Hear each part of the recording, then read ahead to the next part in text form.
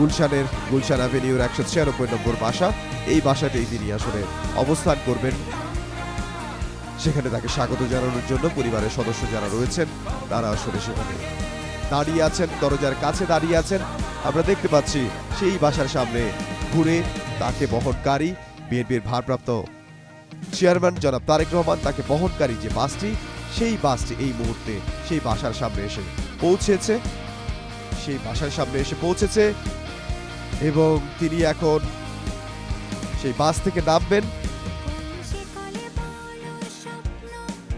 সেই বাস থেকে নেমে তিনি এই বাসায় অবস্থান করবেন। তিনি কৃতজ্ঞতা জানিয়েছেন, তিনি ধন্যবাদ জানিয়েছেন বাংলাদেশের আপামর জনতাকে, বাংলাদেশের মানুষকে, যারা তাকে স্বাগত জানাতে, যারা তাকে অভ্যর্থনা জানাতে, যারা তাকে এক নজর দেখার জন্য যারা এসে উপস্থিত হয়েছিলেন তাদেরকে অভিবাদন জানিয়েছেন। তিনি হাত নেড়ে তাদেরকে অভিবাদন জানিয়েছেন, তাদের অভিবাদনের জবাব দিয়েছেন। দেশের মানুষের জন্য যে টান, এই দেশের মানুষের জন্য টানটা আসলে খুব কম রাজনীতিবিদদের মধ্যেই দেখা যায়।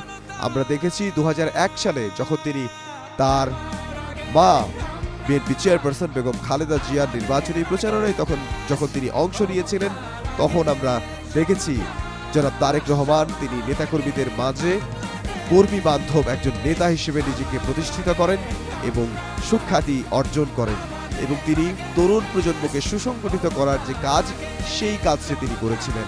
আমরা সেটি দেখতে পেয়েছি। তিনি ছাত্র অবস্থায় কোনো রাজনীতি করেননি। তিনি ব্যাক স্টেজে, তিনি আসলে রাজনৈতিক পরিবারের সদস্য, সেই জন্য তিনি ব্যাক স্টেজে কাজ করেছেন, কিন্তু কোনো ছাত্র সংগঠনের সঙ্গে তিনি জড়িত ছিলেন না।